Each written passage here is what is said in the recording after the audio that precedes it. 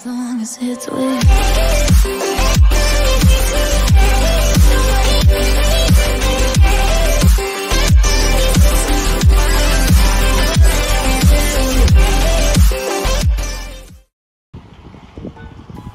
Isa na naman po magandang araw sa ating mga viewers. Nandito naman po tayo sa panibagong episode natin channel upang silipin po ang isang farm lot na along highway dito po sa bayan po ng Gimba, Nueva Ecija. So ang layo po natin sa Gimba town proper is siguro nasa 10 minutes drive lamang. Tapos sa Tiplex po is siguro po nasa 10 minutes drive lamang din po through Pura Exit po yan. Diyan po yung papuntang Pura Exit, no? So Tampura, kakaroon na po ng SM Hirona. So yung SM Hirona po, ang layo po natin yan pagka po yan ay nagawa, siguro po mga 15 minutes to 20 minutes drive lamang po. Sa Manila naman po, through Balintawak Exit na hanggang dito sa Pura Exit, siguro 2 hours drive lamang po. So napakaganda po ng location natin. Actually pwede nga po itong sa mga nagsasubdivide ng lote is pwede nyo po i-consider ito dahil ito po ay along Provincial Road, tapos yung dulo nito is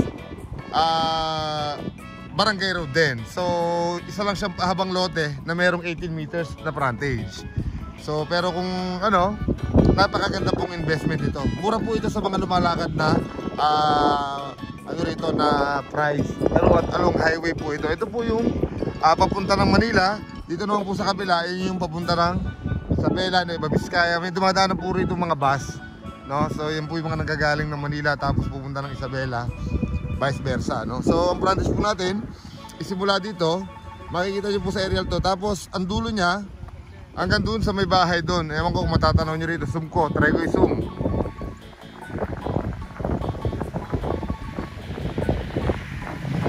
Yan. So nakita nyo po yung bahay, yun yung pinakadulo nun. Tapos dito naman may isang puno na kasya sa harapan, pwede nyo naman patanggal yan anytime. Pero ako, maganda siyang dilim, lalo kung magpapagawa pala kayo ng bahay dito sa harapan, tapos yan na yung farmland nyo. Pwede po itong commercial, sa totoo lang po pwede itong commercial, dahil po dito, nakita nyo naman, nagkakagulo na yung mga linya ng kuryente. So tapos hanggang dito naman siya, isang banos lang siya rito, pag ganun. Kaya matatanaw nyo na rito yung mismong dulo. So ayan, sa rito, ganun. So ayan, irrigated po itong area. Maani ng 2 beses sa loob ng isang taon. Ibig sabihin, nag-generate siya ng income. So nasa inyo po yun kung ano gusto nyong ano tawag dito, ipagawa dito sa lugar. So ito rin po ay magkatabi na rin na hotel. O ayan o, kita nyo hotel yung katabi. So natin to worry kayo sa area na to. So yun, at least nakapagpusilip na naman po kami ng isang listing dito sa bayan ng Gimba. Sana po sa mga hindi pa po nakakapag-subscribe, ang sukat po pala nito is 1.9 hectares, no?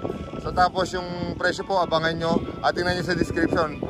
Yun lamang po. So sa mga hindi po nakaka-subscribe, ulitin ko, mag-subscribe na po kayo. I-hit nyo po yung notification bell para po lagi kayong updated sa mga listing. So yun lamang po, until my next vlog po. Hope to see you soon. Alam.